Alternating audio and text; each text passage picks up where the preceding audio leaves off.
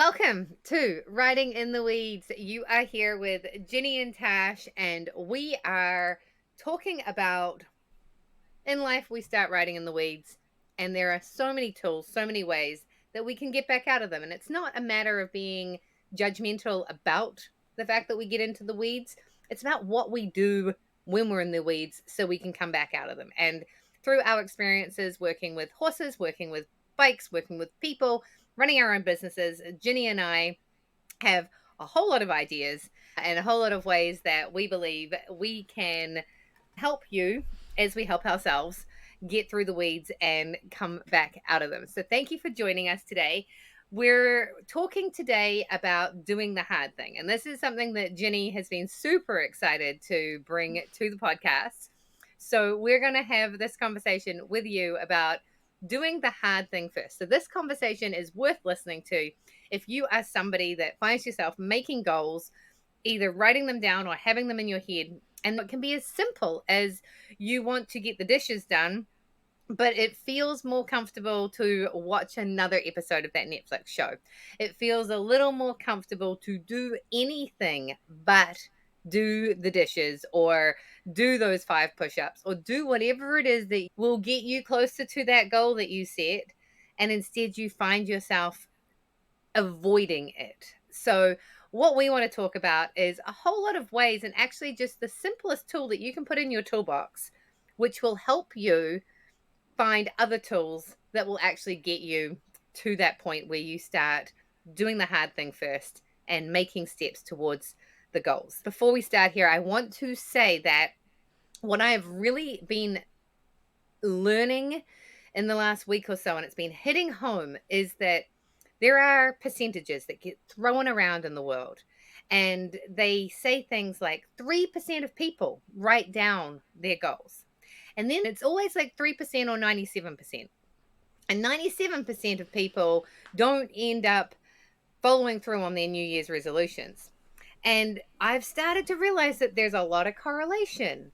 And it's generally the 3% and the 97%. And I read a book once that said 97% of people live hell on earth because they do not do the things that they want to do because they are too busy thinking that they are comfortable. So we're going to talk about how easy it is to put yourself in the 3% of human beings that are actually working towards having the life that they want to have. All right. With all that said, Ginny, welcome. How are you today? I'm good, Tosh. How are you? I'm doing good. Yeah, I achieved a goal this morning and I went surfing. Well, no, I didn't go surfing. I took a surfboard into the water and I paddled around, and then I paddled it back out of the water.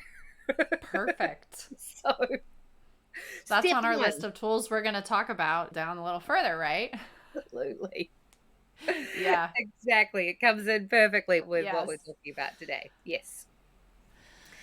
Yeah, So I am excited to dive into this topic. It hit me not that long ago, and I don't remember whether I was reading something from somebody I follow or what, but I think the bottom line is, particularly when we set a goal, but sometimes even when we don't set a goal, we're uncomfortable, right? Like, if I want to ride my bike more because I can't go ride on the trails as far as I want to, that means I'm uncomfortable because I'm not fit enough to handle riding those trails, right? That's uncomfortable, right? If I want to take my dog out for walks, but he doesn't walk well on a leash, that's uncomfortable. If I want to do more things with my horse, but he doesn't behave, that's uncomfortable to deal with his behavior. But training or trying to achieve the goal is uncomfortable. Right? Like, this is where the mind-bending part starts. Trying to get to the goal is difficult. It's uncomfortable. It's doing something you haven't done much of before. In fitness, it's easy to see this because when you start trying to work out, it hurts, right? It's uncomfortable. Exercising your muscles when they're not used to it is uncomfortable. So you're going to be uncomfortable either way. And I don't know about anybody else, but when I recognized that, it was like, oh, well, I might as well pick the thing that's going to get me closer to doing things I want to do. We were just talking about this before we started recording, and I said to Jenny, I'm like, is that like always the case though? Do you always identify yourself as being uncomfortable before you start to set goals? And I believe that you're absolutely right. However, you may identify with another way of thinking about it. And what I was thinking is because sometimes we just set goals because we've identified a problem. And having identified the problem, if you go down the whole line, absolutely, you're probably uncomfortable because you haven't done a certain thing. And sometimes, in order for us to get to the point of wanting that goal or wanting that thing, it's actually about putting ourselves into the space of being the person that has the thing. So, an example I have here is that I didn't have a drinking problem. And yet I chose last year, actually the end of the year before, that I was going to stop drinking. And the number one reason I was uncomfortable was because I really like those people that could say, oh, I don't drink, or I drink very seldom. And I was like, "Ah, I want to be able to say that. I want to be one of those people that can be like, drinking, I can take it or leave it. Because I found that if I wasn't having a glass of wine, I was wondering whether I was going to have a glass of wine. So it was a question on an almost daily basis as to whether I was going to or not have. If we go out for tacos, am I going to have a margarita or am I not going to have a margarita? And I really wanted to step into the space of being someone that could say, oh no, I just don't drink. Because it just sounds really cool. And by identifying wanting to be that person for no other reason than it just sounded like a cool thing to do, it gave me the motivation to become that person, right? And so it wasn't necessarily about getting uncomfortable as much as identifying a way that I wanted to exist in the world. And that actually made things a little bit easier around that whole discomfort thing. Does that make sense? Yeah. And I think I would even say that you may potentially have been uncomfortable with the idea that every time you went out, you had to ask that question. And so to me, there's still some sort of a discomfort in your system that's like, oh, dang, I'm going out again. Like, am I going to drink? Do I feel the pressure? There's a pressure there. And I'm sure making the decision to not drink, especially in the beginning, was probably uncomfortable. Right? Like the first couple times you go out, you're like, oh, dang. Like, I'm not going to be that person anymore. And that can be really challenging. You're choosing the discomfort now that's going to get you closer to the goal. And that to me is the biggest key. You were uncomfortable having to contemplate every time you went out whether you were really drinking or not. And so why not contemplate, hey, maybe I can be the person that doesn't drink. It's going to be difficult when you encounter that situation where you're triggered with the same scenario again. It doesn't apply to every situation, but the sheer logic of the fact that, like, well, I'm already uncomfortable. I want to make a change. And wanting to make a change to me says there's something that isn't sitting right anymore, that isn't settled anymore. Or you do genuinely just want to achieve a goal that you would like to do, but you don't want to be where you are anymore. And when I just realized the logic behind this, I was like, well, damn. You're absolutely right. It's completely true. And I think the reason why this part of the conversation is so important, because that is the mind bending part, because your mind will be like, oh, I'm not really uncomfortable. Yeah. No. And it's okay if I fail, because I mean, life is just fine as it is. The dishes, I don't really mind having a dirty kitchen. I've been living this way forever. But I don't have a dish to eat on next meal. There's the discomfort, right? You know, or like, well, I can skip walking the dog today, but you know what? Now I need to take the dog to the vet. And it's really uncomfortable. I was the embarrassing person in the vet with my dogs. My dog cried the entire time we were there because I avoided doing the training because the training was uncomfortable. You know, but we were uncomfortable in the vet's office anyway. So what difference does it make? And now I was embarrassed and uncomfortable in the vet's office, right? Like, I could have taken the time, and it would have been so much better for my dogs and for me. Well, and now What you're was the talking difference? about that whole delayed gratification thing, right? It's like, okay, well, if I eat the jelly bean now, I have instant gratification that I got the jelly bean. But if I had have waited, I could have had 4 jelly beans.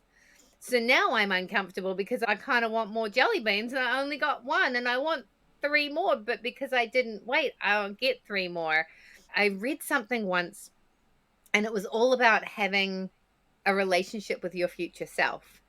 And most people really don't care about their future self. They don't have a relationship with that person. They're not them. And you know what? Honestly, I'm going to eat the cake, and tomorrow Tash can deal with the extra 5 pounds and how that's going to make her feel. Because today Tash is going to really enjoy the cake, you know? And so if we can't create that relationship with our future self and we don't care enough about our future self, then every time we're going to take the route that feels comfortable for us right now. And then you even get to the point where you're like, well, past Tash didn't care about me right now. So why should I care about future Tash? And it's almost like you're having this bitter relationship with yourself, which probably creates bitter relationships with everybody else in your life.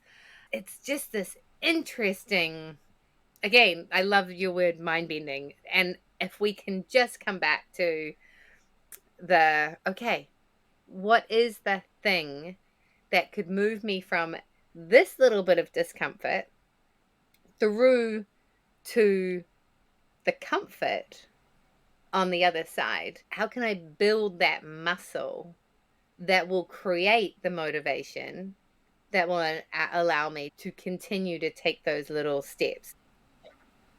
Yeah. And I think for me, like, no, you can't logic your way into these choices, but understanding from this perspective that you're going to be uncomfortable anyway, to me, it helps me make that right choice for my future self. Because it's like, well, damn, I'm going to be uncomfortable no matter what I do. No matter what I choose, I will be uncomfortable in some manner. So therefore, I might as well pick the thing that's going to make me comfortable towards the goal I want, because then I'm going to have a better outcome in the long run. When you know that, then you can start going to look for the tools that are going to work for you. I think also it puts you in the driver's seat of the choices as well. Like, for example, I made the choice last night that the dishes had gotten to the point where I was not actually interested, willing. I'm not going to say able, because of course I was able. I could have gotten up and done the dishes. It was fine. But the way that things had gotten, it was like I had to kick my husband out and then I had to spend the time, or I could go and sit by the fire, enjoy the moon, the stars, and be like, tomorrow I'm going to deal with all of this. And then I'm going to deal with a bunch of stuff so that there's a little bit less chance of this getting it to this point. But you know what? I was in charge of that.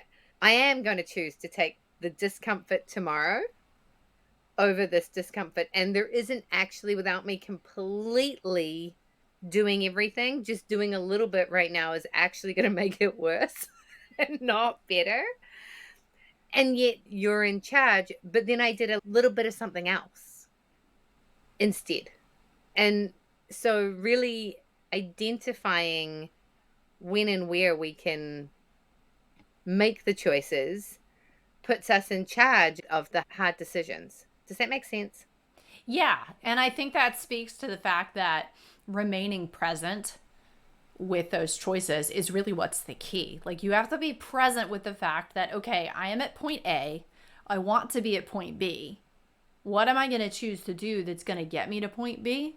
Because when you aren't willing to be present to that, then you're never going to get anywhere but where you are. And numbing out or disassociating or whatever you want to call it, binging on Netflix is not going to allow you to be present with that decision.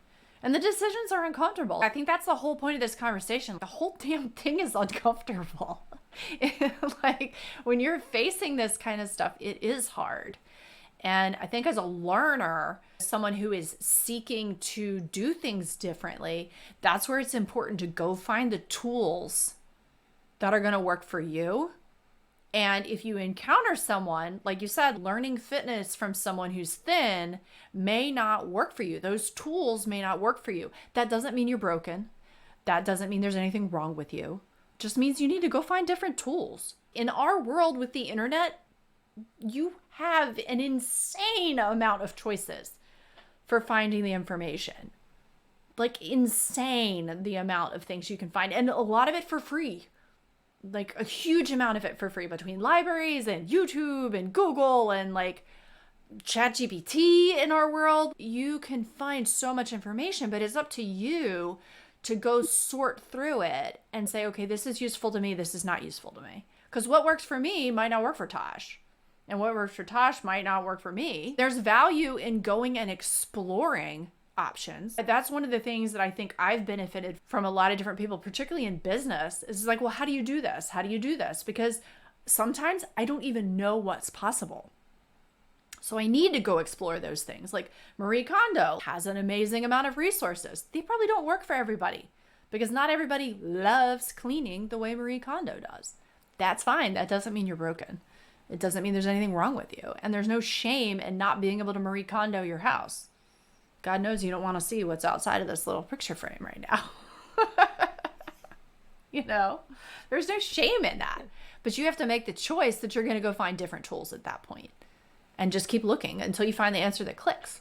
Like, that's what counts. I absolutely love that. And I think that is something that we get so lost with. And again, we were having this conversation before we jumped online, was that there's two different types of coaching in the world. There might be more than two, but I think there's two distinct types of, and not even coaching. You've got the same with a chiropractor or a PT or any profession. There's two ways that they can do things. Now I'm on the chiropractor thought. It's like you can either go to the chiropractor and they are going to crack your back to the point where you get enough relief that you then come back, right? Or you've got like the active release, the ART therapy that's become so much more popular with osteopaths, where they're actually massaging you. They're working towards transforming you from where you are to where you want to be. And they know that they can move this and that's going to allow that to shift, and then you're going to be able to go and do stuff, which will mean you have to come back. Especially if they keep moving you forward, you're going to transform, you'll be able to do more things. They're actually going to have you as a better customer for longer versus that person that gives you just enough information that you have to keep using them, and you can't be free because they give you the perfect diet plan that allows you to lose the 10 pounds. But that diet plan doesn't work in the real world, and they don't give you the information to integrate that to transform you into somebody who can now choose your own way of eating. When you go to a restaurant, you're able to actually fit it in, and it's the education and the giving you information versus transformation. And I think a lot of that comes from being somebody who it comes naturally to. I'm really good at this, and I'm going to tell you how you can do it too. But just like my physics teacher when I was 13, and I'm a search for the answer person. I'm a smart learner. However, I need to know the process in order to learn. I ask questions, I need to break it down, and I need to then make it work for me. And so I was the annoying kid in the class. How did you get to that answer? And my teacher, God bless him, he was the most amazing man. I loved him to death. He was so cute. And, but he says to me, he's like, I have no idea. I just know the answer. And I'm like, I can't learn from you because that doesn't help. I need to know the process. And I tried to get into a class with a different teacher because I was like, I can't learn from this man. I started trying to learn from him beginning of my high school career. Now I'm like at the end, and you've put me in his class, and I can tell you for a fact I am not going to pass. and the guidance counselor didn't give me a new class. They said you should probably pick a different profession then, because if you're not going to pass, you're not going to get into college. I mean, that's a whole different conversation. However, Right. like, that is how the world works, right? Like, some people are just giving you the information, and it's useless unless you are the same person as them. And then you've got the other people that it's like they're helping you transform. The person who has had the issue, they've worked through all the tools and they've figured out how to make it work for them. They're going to help you transform. Or the person who has constantly struggled with self image and up and down on weight and working out and not working out, and they finally find a way, or they've just got processes that they use when, okay, I just get uncomfortable again, and I know that I'm not working out, so I need to figure out how to get back on the bandwagon. That person has the ability for you to transform Yeah. versus someone teaching from a strength, because if it's not your strength, the process is not going to work for you. Yeah. One of the keys is that you find a teacher who's willing to say, this is how I did it, but there are other ways to do it. And let's help you find the way that's going to click for you. That to me is a sign of a good teacher, one that's willing to explore and one that's willing to work through whatever it is you're encountering and not say, well, that's not how I did it. You're wrong. That's not how my process works. You're wrong. You're a failure. Shame on you. Yeah, their method might work for some people, but not everybody. And if they're trying to shame you because their method doesn't work for you, then that's not going to get you anywhere. And so it's important when you're in that uncomfortable place of trying to achieve the goal is to look around at those choices and discern what's going to work for you. But if it brings up shame or it brings up not good enough or it brings up failure, that's probably a method that you should bypass and go look for something else. Because if you're trying, then that's a success. And you will be uncomfortable. And being uncomfortable doesn't mean it's wrong. I think that's where we get hung up a lot in our culture is we have this idea that, oh, well, when I'm going to get fit, I'm going to feel better. But there's like a huge gap between where you start and the feeling better part. There's a really big space for me right now between the amount of time I can spend on the bike, which is even less now than it was before because I haven't been able to ride. There's this massive space between where I am now and where I really want to be. And in that space is discomfort. But that's exactly how it's supposed to be.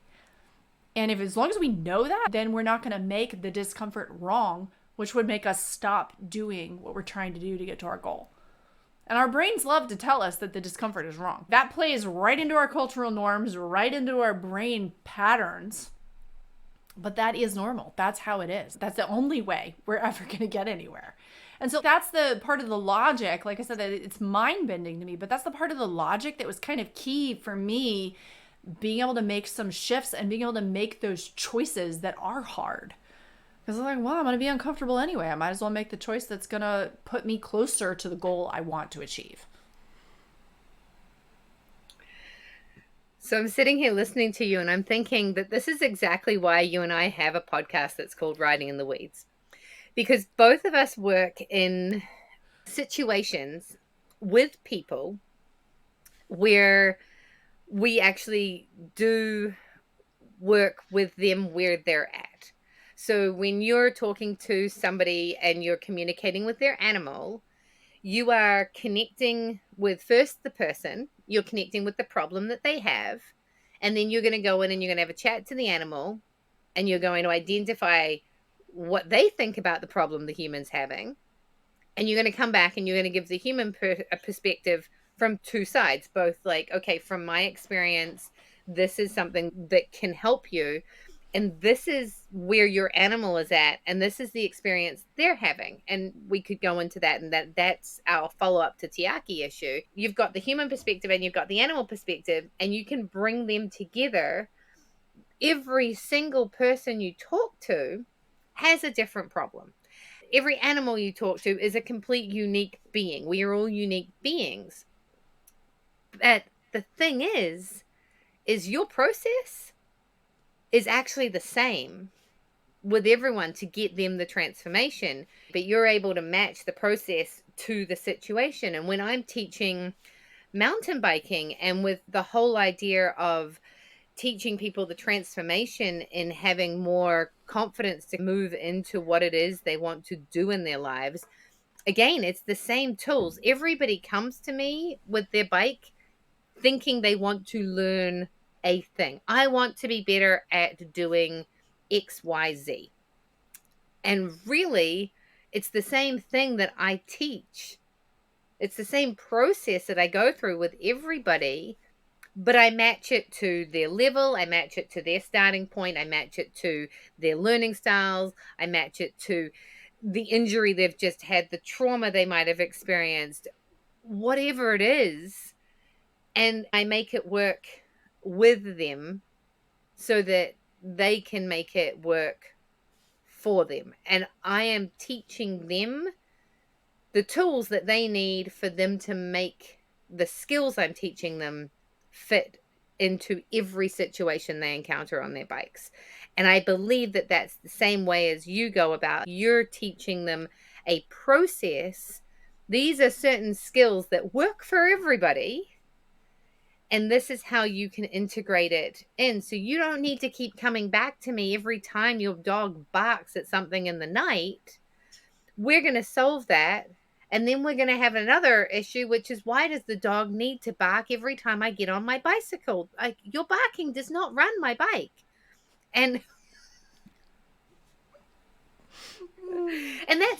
that's a next step in our progression. And now I need an update on how to manage this next step, because we've moved through this one and I've gotten to the point where, like, okay, now we need to go to another level and have another conversation. I've now mastered being able to ride a green trail, and I've come to a level of my progression where I actually need a few more tips and tools, because I'm struggling now at moving on to the blue trails. And so they're going to come back. But you don't want to leave somebody where they can't ride their bike without you, because you haven't given them the ability to work through the process on their own. And you don't want somebody to be calling you every time they have an issue with their dog, because a lot of them, it's just a matter of like, oh, okay, well, that worked in that situation. Let me try it here. Okay, now we've gotten to another big hurdle. It's time for me to go back and move through this next space. And that's that leveling up and moving through, because now I've gotten super uncomfortable again. I've identified a problem and I don't know how, or I can do it on my own, but I know I can do it faster with somebody else. Yeah. And I think what we're also talking about here is the idea of the 4 levels of learning, which is starting with unconscious incompetence, where you literally don't know that you don't know something, and moving into conscious incompetence, where you're aware that you don't know something, which to me, that's where we're talking about the pain of where you are. That's the conscious incompetence. You're like, dang, I want something different than where I'm at. And then you move into the next level, which is conscious competence, where doing this skill takes a lot of thought, it takes a lot of energy, and it takes a lot of effort to accomplish, whether that's biking, whether that's business, whether that's working with your pet. It doesn't matter. It takes a lot of energy. It's like first learning to drive a car. It's like, man, the beginning learning to drive a car is hard because there's so many things you need to be doing at one time. But that last level is the unconscious competence, where you no longer have to think about it. I can now hold conversations while I'm in the car. It doesn't matter to me. I can enjoy some scenery. Obviously, I still have to be careful, but I'm not thinking about every single little action that I'm taking as I'm driving. And so those are the levels. And the thing is, you're going to work your way through them, and then you're going to start back over again. And you're going to go forward some steps, and then you're going to go backward a little bit. And that is the cycle of learning. But I think it's that middle phase that we're really talking about here. You're going to be uncomfortable when you know you're not where you want to be. And you're going to be uncomfortable trying to get where you want to be. It's going to be hard. That doesn't make it wrong. And unless we're willing to move into that harder phase, you're never gonna achieve anything in life. Like, it doesn't really matter. One of the things I think I've learned about myself as a learner is that the more I can learn about how I learn, the more I can apply things from one area of my life to the next area of my life to the next area of my life. And I find myself now when I have a challenge and I happen to see a book recommended. It's called How to Keep House While Drowning. And it sounds hilarious, but I'm getting business advice and business information out of a book on how to keep my house clean.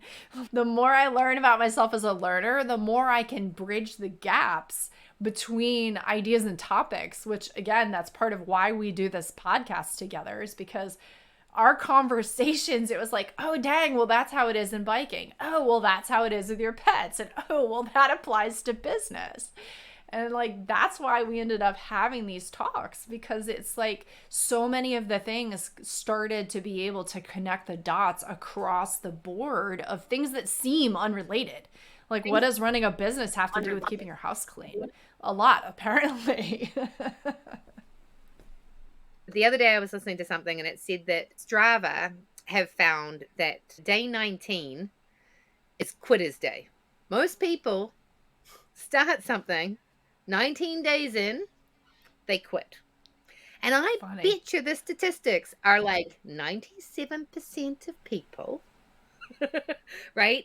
And it's right at that point where you've identified a problem, you don't know what you don't know, and then you start learning, and then you get, just before you get to the conscious competence, when you get to level 3, or you're just before level 3, you're not quite seeing the results yet, but things are getting really uncomfortable. You started running and now everything hurts. You started going to the gym and on day 19 you don't want to go anymore. And that is where the rubber hits the road. And I'm just going to go out on a limb and I'm going to say that if you want to be in the top 3% of people that achieve the things they want in their life, it is as easy as recognizing that point when you have to go from like, this is too hard, to I'm going to do it anyway. And the one sort of real tool that I believe will get us through that discomfort is the envisioning. Like, I find people that tell me that they write down their goals and they have a weekly plan done on Sunday and then they review it at the end of the week. Those people trigger me because I so want to be one of them. And I'm like, that sounds so rigid. Like, you can't have any fun in your life. You know, and I start judging them because I want to be someone who can say that. And that's how I was like, I'm going to stop drinking because I want to be the person who can say that. I'm going to start running every day because I want to be the person who's like, yeah, I go running every day. I have to say that on day 9, I did something to my ankle. So but you know what? We have to know that's going to happen. And I know for myself now, when I encounter things like this, the faster I can go, well, here we are. Like, oh, look, it's day 19. I don't want to do this anymore. Or, oh, look, I started trying to run. Now my ankle is hurting. Gonna have to adjust course. It's like sailing. If you don't adjust your sails when the wind changes, you aren't gonna get where you want to go. Talking about applying things across the board. If you can apply that theory to anything you do, then it's gonna make life so much easier. And it's that balance, like, yeah, thinking about having a schedule and thinking about sitting down on Sunday and making a plan for the week, that sounds very rigid. But oftentimes, I think what we find is that when we can balance the structure with the freedom, then you get total freedom. And it's like, how can I figure out how to make my goals with some structure and then allow myself the time to adapt so that when I hit the bump on day 19, I'm prepared and I have a plan to adjust. That's the key. I was doing a review of January and I was getting very like, oh, I didn't do anything in January. And then after the session, I walked away and I was like, you know, if I had actually been in the session and been real with myself and gone, okay, I had a lot going on before January to lead up to the 2nd of January. And my goal for the first 2 weeks in January was to actually get to Mexico safely, was to get things in order, was to get to our friend's house and get organized and then get down to our property and get ourselves set up.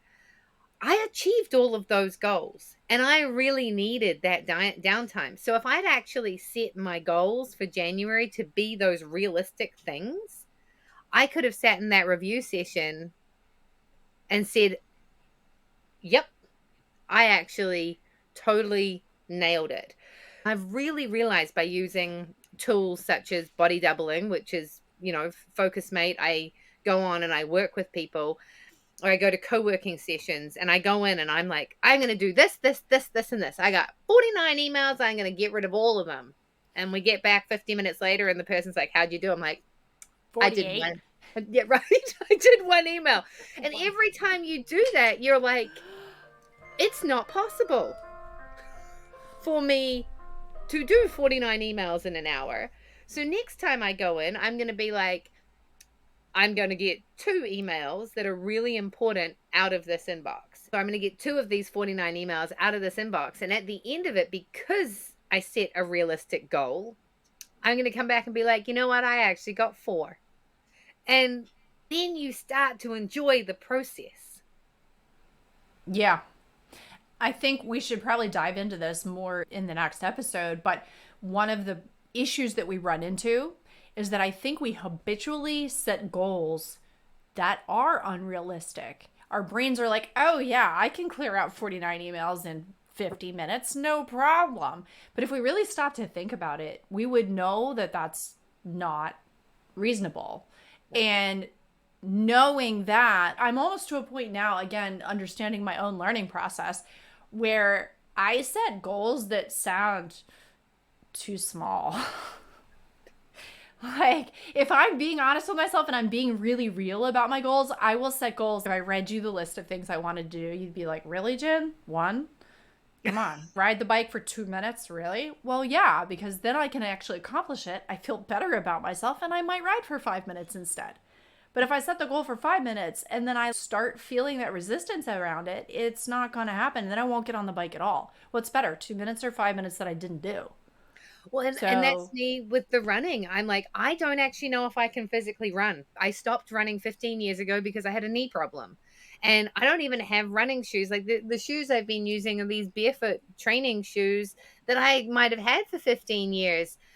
I may or may not have actually stepped on something and twisted my ankle, or it might have just been that I was running in really bad shoes.